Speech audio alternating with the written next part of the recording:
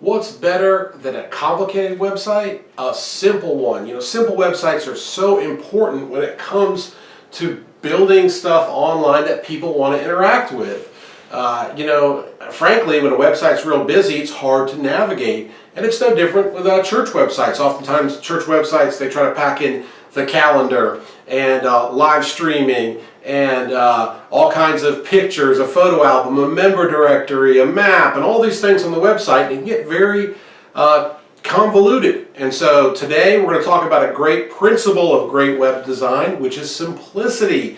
Shopify.com, a huge, massive web store company, they have such a simple website. When you go to their Shopify.com, is that a coincidence? No. They know that simplicity sells. And when it comes to churches, simple websites are so important. And so we're just going to go look at a couple and talk a little bit about simplicity here today. And thank you for being here, and let's hop to it.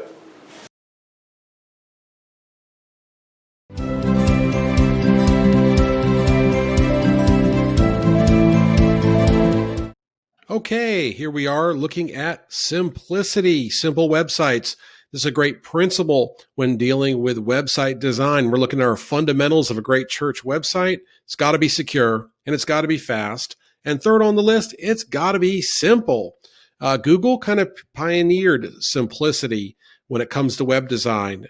You can see here on this page, you have a image or a little motif there. You have the search bar. You got about, you get the store, email, and images. And that's really about it. Of course, a little stuff down here, but that's pretty much about it. You can tell that a lot of restraint went into building this website. If you look at Google Images, that's kind of an old version of what you'd see with the Google search website, just google.com. You see how simple it is. It's prompting you to make a search. Well, this idea makes a lot of sense for churches. You have a lot you want to communicate, but at the same time, you don't want to overwhelm people. You want to prompt them to do what you want them to do. If you want them to know more about your church, maybe you start off with a block of text and an image that describes who you are and what you do, and you create little links. You can see here, there's a little menu here, a little grid. When you click it, there's all kinds of links that you can access. So Google has got a lot going on, as I'm sure you know, but they kind of mask it and minimalize it and use restraint. And we should do that in church website design. So what we're going to do today is just quickly look at some ways that you can harness simple church website design. One way would be with a WordPress theme. So WordPress is a free tool that web developers use. We use WordPress here at Church Web Help almost exclusively. And it is called a CMS. It's a layer on top of hosting. So you have a host like a GoDaddy or Google Domains, and then you have WordPress installed through your host. And so I guess you'd also, that's a domain host. You'd also have a web host. I'm splitting hairs, but you have your hosting, okay? And then you have your website building, and WordPress is kind of the building aspect. And they actually have great themes. Their themes are very simple and easy to build on. It does take some time and does take a lot of patience and learning, but it's what they call no code. You don't have to code.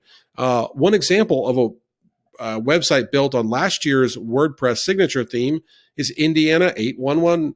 So you have here, I think in North Carolina it's 211. Know before you dig, and so on and so forth. Indiana 811 has a very simple website built on WordPress, and you've got the resources here. You've got some advanced tools like searching for a ticket and news, but it's mostly restrained to set you up to do one of two things: click homeowner or professional. And they've identified those are the people that are visiting, and those people want to go ahead and get started, right? And so you have here this very simple website that's just navigatable, easy on a phone, I'm sure, that allows you to do what they want you to do quickly. As a church, you might want to take a page from this. But WordPress also has themes that are made for content. Here is the Spearhead theme. It's a podcasting theme. And you can see how simple it is. That, if you had a podcast and you wanted a website for a podcast, or you wanted a part of a website for a podcast, what a great theme to have here. You've got the about and the contact and the home, and then you've got the player and a little bit of text. And you can see here on the phone version what it would look like. How great. Looks great on the phone. and you just see how simple it is and how focused the website is. And so what I want you to think about when it comes to simplicity with church websites is less is more. And as we've talked about with security, it's important that everything's secure. As we've talked about with speed, it's important not to add on layers you don't need. It's important to kind of outsource when you can. And then you get to simplicity, and these things all kind of coalesce. They all go together. And you can make a very simple church website. If WordPress is too complex, if you don't need to worry about a podcast, you even can use Google Sites. Here is a very simple Google site built out in a day. I'd say even probably an hour or two. And this came free with a domain. And this is our church here in Lincolnton, Heartland Ministries. It's just so simple. I don't put this in our portfolio of sites that we build or anything, but we didn't need anything complicated. And you've got the SSL certificate. It's hosted on Google. I'm sure it's pretty fast. We've got link out. We've got a map here and our service times and information about us, our KJV Cafe website, our van bus ministry. We have a YouTube channel you can access, info about more of our ministries. Amen. But it's just built on Google Sites. It's just a simple site. You could do this if you have a few hours, or if you got someone handy with a computer that might be able to do it. And the point I'm making is you don't always need a huge blockbuster website. We paid for our domain maybe $12 or $13 a year.